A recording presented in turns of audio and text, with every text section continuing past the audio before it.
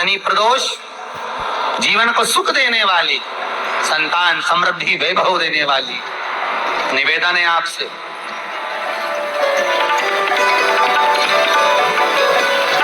सूर्य अस्त का समय हो, प्रदोष का समय, प्रदोष काल शाम के समय पर कटोरी में सरसों का तेल ले लीजिए।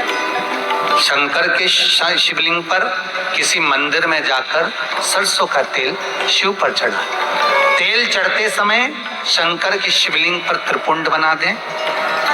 ये एक उंगली, चीटी उंगली के पास वाली उंगली शंकर के शिवलिंग पर टच कर कर रखें और अपनी मनोकामना पूर्ण करें। बाबा विश्वनाथ पूरा करता है। भगवान शंकर के द्वार पर स्वयं शनि महाराज आज मिलने के लिए, और जितने ग्रह नष्ट देने वाले हैं, कारक ग्रह हों, बेकार वृत्ति वाले हों, वो सब आज शनि सबके दोष मिटा देता है। शंकर भगवान के मंदिर में आज शनि प्रदोष के दिन, मंदिर में नहीं तो घर में अगर शंकर का शिवलिंग है तो एक दिया अवश्य लगाओ। शनि महाराज जीवन का सुख प्रदान करेंगे, आनंद। शनि प्रदोष, मान लो कोई व्यक्ति पैसे खाकर चले गया, नहीं दे रहा है, तो शास्त्र कह रहा है भगवान शंकर के मंदिर में शमी का पत्र, शमी का पत्ता, शमी पत्र, शंकर के मंदिर में काली तिल्ली के साथ में शमी पत्र, शनि पत्र सुख का देना। स्वयं शंकर को प्रिय है प्रदोष का व्रत, इसलिए निवेदन है बन सके व्रत करते हुए भगवान शंकर का अनुमोदन करें, जीवन को सार्थक बनाए। भगवान शिव का स्मरण करते हुए आनंद करते हुए। शंकर सुख की देनी है, शिव आनंद के देनी। देखिए, अगर प्रदोष का व्रत नहीं कर सकते, प्रदोष के दिन आप व्रत नहीं कर सकते, मान लो आपसे भूखा नहीं रहा जाए, प्रदोष का व्रत नहीं कर सकते, प्रदोष के दिन आप भूखे नहीं रह सकते, मंदिर भी नहीं जा सकते, दिया भी नहीं लगा सकते, तो शिव महापुराण की कथा कहती है कि प्रदोष के दिन, प्रदोष काल में अपने ही दरवाजे के पास देवाधिदेव महादेव का स्मरण कर कर लक्ष्मी की वृद्धि के लिए, कार्य सिद्धि के लिए, संपदा को प्राप्त करने के लिए आप अपने ही दरवाजे के पास में एक दीप लगा सकते हैं। कौन से दिन? प्रदोष के। एक बात और अच्छे से समझ लीजिए, जो बच्चे चिड़चिड़े होते हैं, चाहे घर में बेटे हों, बहुएं हों, सास हो, ससुर हो, परिवार में छोटे छोटे बच्चे हों, चिड़चिड़ प्रवृत्ति करते हों या चिड़चिड़ा स्वभाव हो, जरा जरा सी बात में क्रोध आ जाता हो, बोलने का भान नहीं रह पाता हो, शब्दों के बाण चलते हो, तो महाराज प्रदोष के दिन, प्रदोष काल में बेलपत्री के पेड़ के नीचे एक, जो पत्ता आपके पास में हो, पान का मिल जाए तो पान का, पीपल का मिल जाए तो पीपल का, बेलपत्र का मिल जाए तो बेलपत्र का, उस पत्ते पर मात्र थोड़ा सा शहद और 7 दाने चावल के रखकर घी का दिया लगा दो महाराज, और थोड़ा सा जल हाथ की अंजलि में लेकर भगवान देवाधिदेव महादेव का स्मरण कर कर कि इस बेलपत्री के वृक्ष के नीचे माता लक्ष्मी, पार्वती, सरस्वती विराजमान है। इसी बेलपत्री के पेड़ के नीचे मेरे देवाधिदेव महादेव का 12 ज्योतिर्लिंग का स्वरूप प्रकट है। उनका स्मरण कर कर जल चढ़ा दीजिए और उसका स्मरण कर लो जो चिड़चिड़ प्रवृत्ति करता, क्रोध करता, जिसको बोलने का भान नहीं होता हो, सम्मान नहीं देता हो, अपशब्द कहते हैं, उनका स्मरण कर कर आप छोड़ेंगे। एकदम एक प्रदोष करेंगे, दूसरे प्रदोष तक तो आपको कोई दिक्कत ही नहीं। 2-3 प्रदोष कर कर देखिए, बाबा कृपा करें। बच्चों को पढ़ने का कह रहे हो, पढ़ने बैठो पढ़ने बैठो पढ़ने बैठो पढ़ने बैठो, तो एक आध प्रयास बच्चों के लिए भी कर लिया करो कि भाई ठीक है, जैसे वैकुंठ चतुर्दशी वाला उपाय हमारे YouTube पर भी डला हुआ है, आप उसको निकाल कर सुनना। वैकुंठ चतुर्दशी के दिन प्रयास करना, बच्चे लोग विद्या में प्रबल होंगे।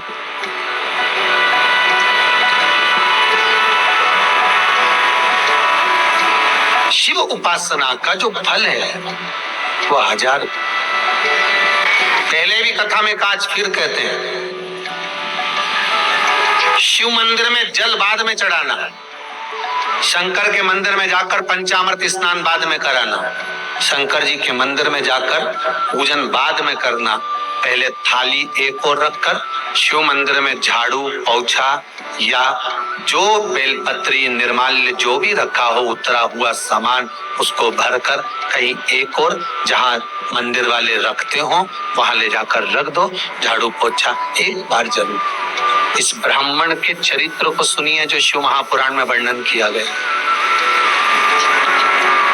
कार्तिक महात्म की कथा कर रही है। कार्तिक मास में पड़ने वाले प्रदोष के दिन महाराज वो ब्राह्मण बेलपत्री को उठा उठा कर बारदान में भर रहा था।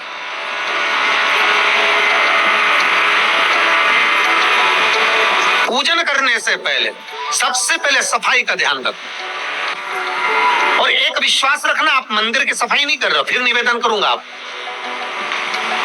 आप मंदिर की झाड़ू नहीं लगा रहे हो, आप मंदिर की सफाई नहीं कर रहे हो, आप मंदिर में पोछा नहीं लगा रहे हो।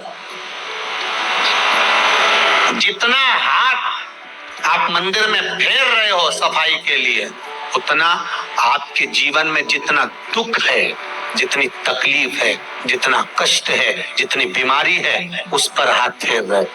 मंदिर में नहीं फेर रहे हो। नहीं तो सारी दुनिया में जितने मंदिर हैं, सारे मंदिरों में ट्रस्टियों ने कुछ ना कुछ लगा के रखा है। स्वीपर आता है, साफ करके जाता है, ये आएगा सफाई कर जाएगा। पंडित जी होंगे तो बुआरी लगा देंगे, पंडित जी होंगे सफाई कर देंगे। उन्होंने तो पंडित जी को बोल के रखा है कि साफ कर दो, पंडित जी करते भी हैं। पर पहला फर्ज आपका है कि आप मंदिर में आए हो तो पहले आप सफाई करो। क्यों? क्योंकि हम उसका द्वार साफ रखें। आज के समय में तो एक नियम हो गया साहब कि मंदिर में जाते हो तो मंदिर के दरवाजे पर चप्पल उतार के जाते हो। नहीं तो शास्त्र रीति तो ये कहती है कि मंदिर में भगवान सामने बैठा है तो उसके सामने चप्पल भी नहीं उतरना चाहिए। तो कई लोग कहते हैं मंदिर के अंदर थोड़ी ना उतार, हम तो जीने से भी बाहर, एकदम गेट के बाहर वहां उतार, पर सामने तो है ना, सम्मुख में तो है। सावन का महीना चल रहा है, शंकर जी के मंदिर में बहुत सारी बेलपत्र चढ़ रही है। चढ़े हुए निर्माल्य को ब्राह्मण देवता मंदिर से उठाकर विसर्जन में रख देते हैं। आप गिरी होकर जाओ, निर्माल्य में से सारी बेलपत्र उठाकर ले आओ, धोकर सुखाकर रख लो, उसका चूरा बनाकर रखो। जब जब जीवन में अगर किसी को जरूरत पड़े, कि शुगर और बीपी गड़बड़ हो रहा है, शंकर जी पे चढ़ी हुई बेलपत्र का वो चूरा आप किसी को भी गिफ्ट करना प्रारंभ कर दीजिए, उसके जीवन में स्वास्थ्य ठीक होना प्रारंभ हो जाएगा। थोड़ा सा करना क्यों?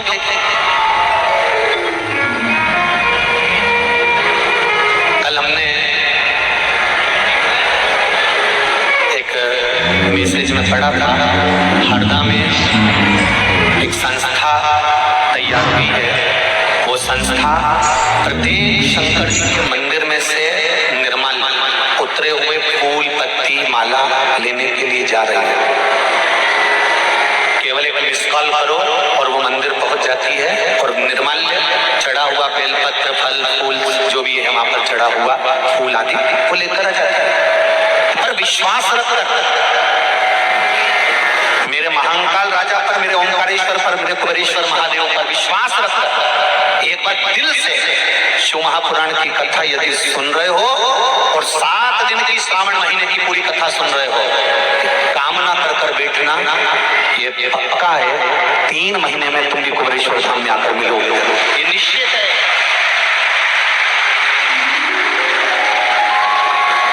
पर विश्वास के साथ में कथा सुनना, दृढ़ता के साथ में सुनो, आपके भरोसे के साथ सुनो तो मिलेगा।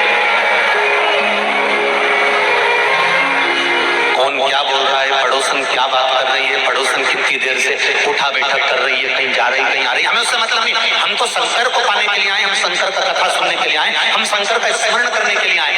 इतनी दूर दूर से 10 रुपए, 20 रुपए, 50 रुपए ऑटो का, गाड़ी का, डीजल का खर्च कर कर इतनी संख्या में आप लोग आकर बैठे हो, तो बाबा आपको खाली तो नहीं भेजेगा, कुछ ना कुछ देकर जरूर भेजेगा, ये निश्चित है। दिल लगाना उससे एक बार अगर दिल लग गया ना, फिर कहीं नहीं भटकना।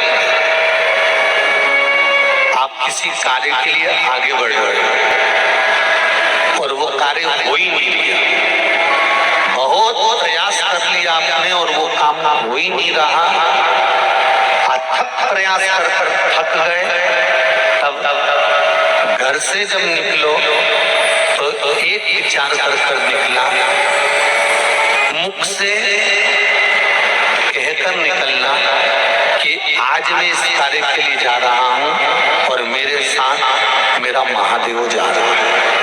कौन जा रहा है? महादेव जा रहा है।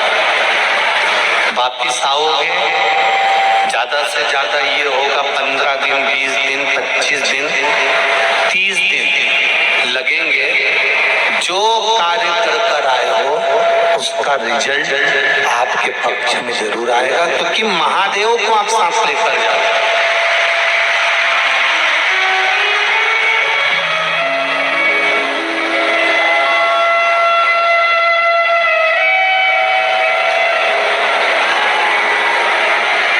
अगर हमने किसी की निंदा कर दी है, हमने किसी की निंदा श्रवण कर ली, हमारे मुख से हमने अपशब्द कह दिया, हमारे मुख से हमने किसी को ताना दे दिया, हमारे मुख से हमने किसी को गाली दे दी, हमारे मुख से हमने किसी को आड़ा टेढ़ा बोल दिया, तो दिन भर में कम से कम 3 बार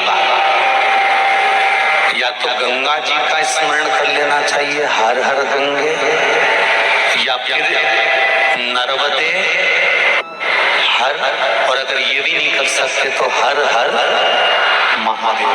3 बार मात्र स्मरण कर लेने से जीव के मस्तक का जो पाप है वो क्षीण होने लगता है, समाप्त। तीसरे नंबर पर है भोले शंकर।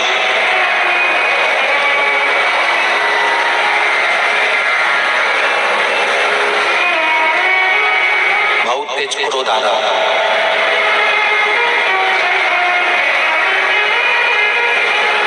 दो निर्णय पर आप बैठे हो।